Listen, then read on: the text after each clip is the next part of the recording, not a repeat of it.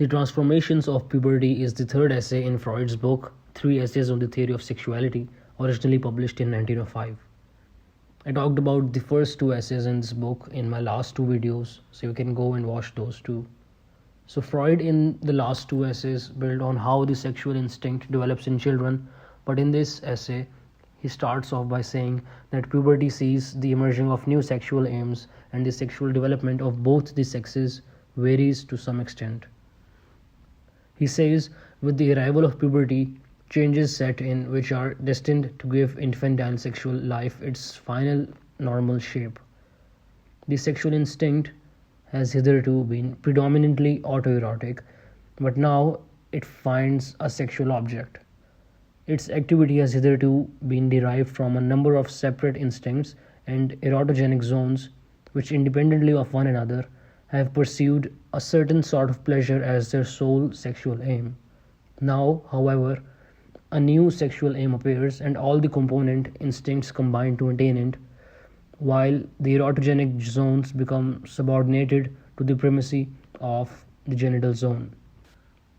Since the new sexual aim assigns very different functions to the two sexes, their sexual development now diverges greatly. That of males is the more straightforward and the more understandable, while that of females actually enters upon a kind of involution. A normal sexual life is only assured by an exact convergence of the two currents directed towards the sexual object and the sexual aim. First, the affectionate current, and secondly, the sensual one. Then, Freud states that the most striking process at puberty is the manifest growth of the external genitalia. This apparatus is to be set in motion by stimuli, and observation shows us that stimuli can impinge on it from three directions. From the external world by means of the excitation of the erotogenic zones with which we are already familiar, from the organic interior by ways which we have still to explore in the later part of this essay, and from mental life, which is itself a storehouse for external impressions and a receiving post for internal excitations. All three kinds of stimuli produce the same effect, namely a condition described as sexual excitement, which shows itself by two sorts of indication, mental and somatic. Basically mental and relating to the body. The mental indications consist in a peculiar feeling of tension, a sort of sexual tension of an extremely compelling character. And among the numerous somatic ones are first and foremost a number of changes in the genitals which have the obvious sense of being preparations for the sexual act, like the erection of the male organ and the lubrication of the female organ. Now, the fact that sexual excitement possesses the character of tension raises a problem, the solution of which is no less difficult than it would be important in helping us to understand the sexual processes. A feeling of this kind is accompanied by an impulsion to make a change in the psychological situation that it operates in an urgent way which is wholly alien to the nature of the feeling of pleasure.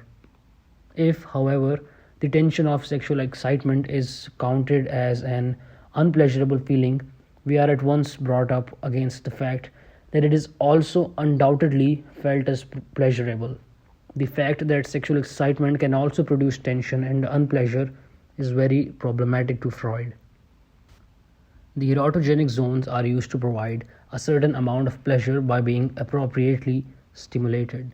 This leads to an increase in tension, which in turn is responsible for the motor energy for concluding the sexual act. Thus, we arrive at two pleasures, one due to the excitation of the erotogenous zones and the other due to the discharge of sexual substances, which is forepleasure and end pleasure respectively. The connection between forepleasure and infantile sexual life is made clearer by the pathogenic part which it can come to play, since forepleasure can endanger the attainment of the sexual aim if it is too great and the tension is too small. This can be avoided if the primacy of the genitals too is adumbrated in childhood. Thus, the distinctions between adult and infantile sexual life can be seen to decrease, and the impact of the infantile on the immature seen to be great. Freud then talks about the sexual tension which arises simultaneously with the pleasure when erotogenic zones are satisfied. The most obvious explanation that this tension arises in some way out of the pleasure itself is not only extremely improbable in itself, but becomes untenable when we consider that in connection with the greatest pleasure of all, that which accompanies the discharge of the sexual products, no tension is produced, but on the contrary, all tension is removed. Thus, pleasure and sexual tension can only be connected in an indirect manner, according to Freud, obviously. Sexual products and sexual tension contact at other times than the discharge of substances, bringing an end to the sexual act. For example, in nocturnal emission, the hallucination stands for the act itself, the hallucination referring to a dreamlike state resulting in the nocturnal emission. So, in the nocturnal emission, the hallucination stands for the act itself, while the tension is a function of the semen in the testes.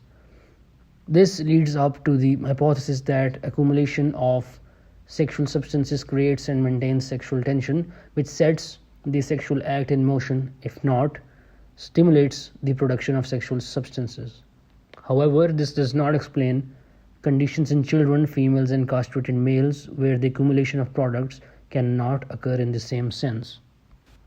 Then Freud examines the importance of the internal sexual organs and says that observations on castrated males have shown that sexual excitation can occur independently of the production of sexual substances, which show that libido can be left unchanged by loss of male sex glands. Experiments on the removal of sex glands in animals have reduced further the role of the accumulation of sexual substances in sexual excitement. It seems more probable that special chemical substances are produced in the puberty glands, which are taken up in the bloodstream and cause particular parts of the nervous system to be charged with tension, and that this substance production arises from the sexual metabolism aroused on stimulation of the erotogenic zones. This is supported by the fact that neurosis shows great chemical similarity to the phenomena of intoxication. Freud then proposes his libido theory, the idea that sexual excitation is derived not from sexual parts alone but from all bodily organs. This culminates in the idea of a quantity of libido with a mental representation named the ego libido, whose production, increase or diminution, distribution and displacement explains observed psychosexual phenomena. This ego libido is only accessible to study when it has been put to use on objects, that is, when it has become object libido. But from this representation, it should be possible to express all phenomena in terms of the economics of the libido. Moving on, Freud talks of the differentiation between man and woman and says that from puberty onwards, the difference between men and women and its distinctness has huge amounts of influence on the shaping of human life.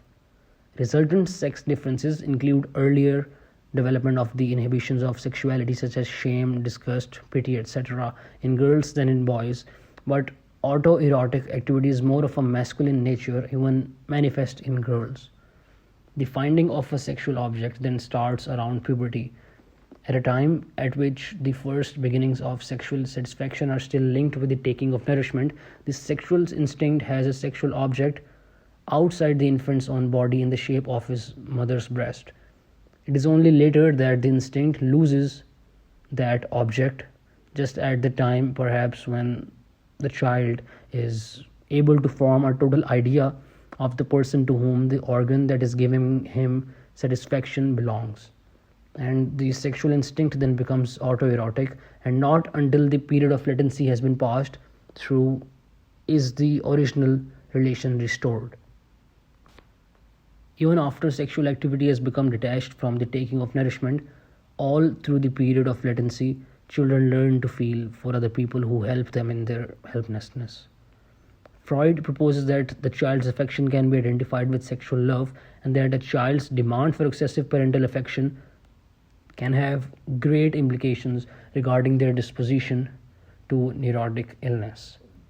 Freud says that parents' affection for their child may awaken his sexual instinct prematurely to such an extent that the mental excitation breaks through to the genital system, which could result in incest as the child seeks a sexual object prematurely. But if this does not happen, then the child reaches the stage of choice of sexual object on reaching maturity, after a sufficient period of latency in which the inhibition against incest was able to be built.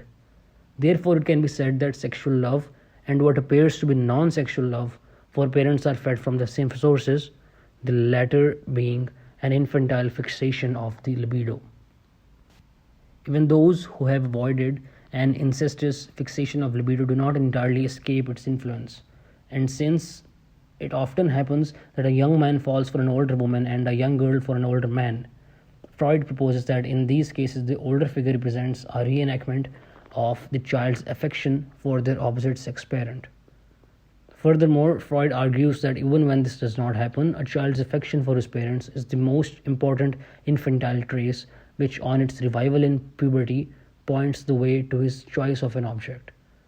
Then, towards the end of the essay, Freud mentions prevention of inversion and how the implicit task of object choice is that it should find its way to the opposite sex. The attraction which the opposing sexes exercise upon each other being the strongest force against inversion, other factors are prohibition by society, and in the case of men, predominantly female care in childhood and an almost competitive relation with their father usually suffices.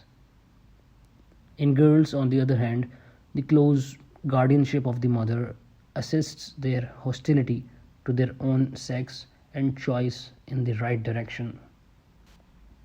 Freud then gives a quick summary of all that he has said in 3 essays in this book, the 3 essays on the theory of sexuality. He began with the problem of the roles played. By the way, the last 2 essays were discussed in my previous videos. This video was solely for the 3rd essay, the Transformations of Puberty, but I'm going to give a summary of what Freud has said in all 3 essays, not just the 3rd one which I'm discussing in this video. So Freud basically gives a quick summary of all that he said in the 3 essays, and he began with the problem of these roles played by innate disposition and experiences in life in producing normal or aberrations in sexual lives of adults. The aberrations themselves can be covered between perversion and its negative, which is neurosis.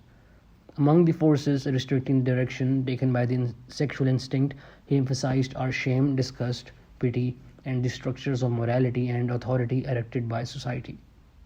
These are aberrations, therefore, resulting from developmental inhibition or infantilism, which hinder the process of the putting together of the various components of the sexual instinct. In childhood, Freud notes that the sexual instinct is not unified and at first without object, which is autoerotic. The erotogenic zone of the genitals then makes itself noticeable during the years of childhood, and then the onset of sexual development occurs in 2 phases, as it is interrupted by a period of latency. At the very end, Freud says, the unsatisfactory conclusion, however, that emerges from these investigations of the disturbances of sexual life is that we know far too little of the biological processes constituting the essence of sexuality to be able to construct from our fragmentary information a theory adequate to the understanding alike of normal and of pathological conditions.